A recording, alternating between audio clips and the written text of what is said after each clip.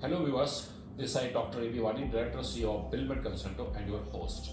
Consulto is an emerging online platform offering medical consultancy services.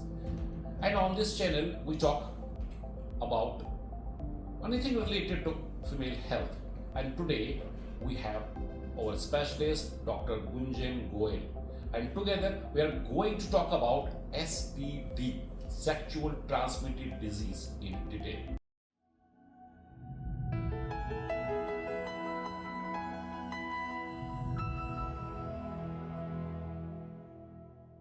So, first of all, what is this STD, sexual transmitted disease, and is there any difference between the STD and STI?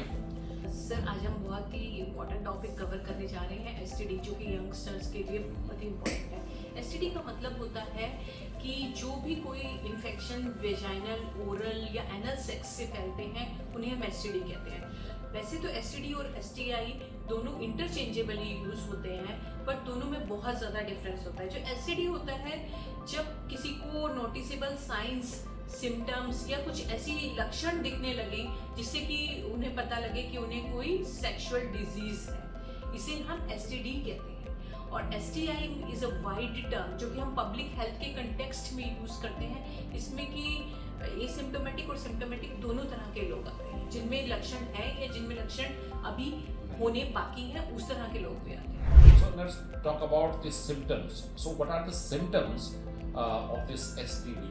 Sir symptoms जैसे कि ये bacterial, viral, parasitic, protozoal, इन सब चीज़ों से होता है। तो सबसे कॉमन जो सिम्टम हमें एसटीडी का दिखता है, वैसे हर इन्फेक्शन के सिम्टम्स अलग अलग होते हैं। जैसे कॉमनली वेजाइनल डिस्चार्जेस होते हैं जो कि क्रीमी वाइट, ग्रीनिश, अलग अलग रंग के हो सकते हैं। और जैसे सिफिलिस होता है तो उसमें आपको सोर या शंकर मिलता है, एक फोड़ा मिलता है।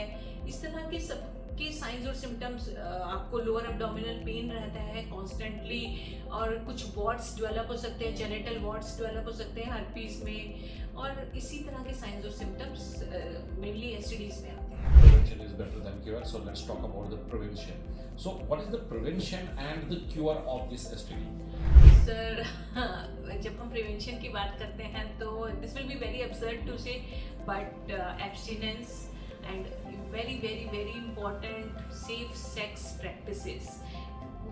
Everyone should use condom to prevent infection through the body fluids and avoid multiple partners, and avoid some over the counter drugs, and under the drug effect also people do not use condoms and all these things, and treatment of partner, proper vaccination। अभी भारत सरकार ने cervical cancer vaccine introduce की है, जो कि HPV vaccination से आपको सब तरह के थ्रोट कैंसर्स, वार्ड्स और जेनेटल कैंसर से प्रिवेंट करता है, मोस्टली 80 to 90%। और इसी तरह की चीज़ों से reinfection, treating your partner and informing your partner to prevent reinfection and their proper treatment.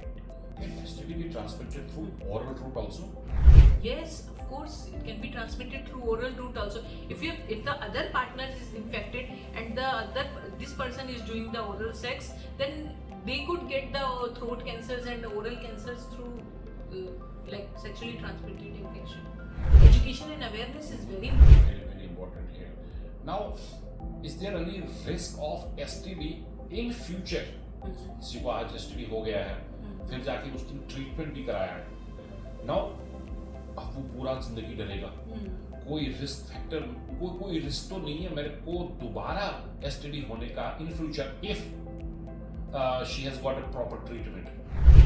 Sir ऐसा हम ये बोल सकते हैं कि उन्होंने प्रॉपर ट्रीटमेंट लिया है तो उनको वो क्योर हो जाता है, लेकिन there are possible chances of reinfection if their partner is not treated well, and if they are resistant to those drugs, and if they have not followed the treatment properly, और अगर उनको कोई complication है और उन्होंने अपने partner को inform या उनका ट्रीटमेंट नहीं किया है, या उनको परसिस्टेंट इन्फेक्शन है जैसे कि HIV के पेशेंट्स में होता है, इस तरह से, और कोई सीवियर कॉम्प्लिकेशंस है या आपका इन्फेक्शन कोई ऐसी स्टेज पे है जहाँ से बस वो एक कंट्रोल हो सकता है, पूरी तरह से खत्म नहीं हो सकता। इसका मतलब हो गया कि रिस्क है उसको दोबारा होने का इन केस उसका पार्टनर भी वैसे ही ट्रीटमेंट नहीं लिया जैसे इसने ट्रीटमेंट लिया।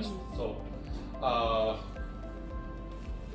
I hope that we have thrown sufficient light on this very important topic, and we are making these types of podcasts just to help people like you all and spread awareness in our society. We request all of you to share these types of videos in your social groups so that people will spread awareness. And if you like our channel, do like, subscribe and comment. Thanks for watching. God bless all of you. Thank you.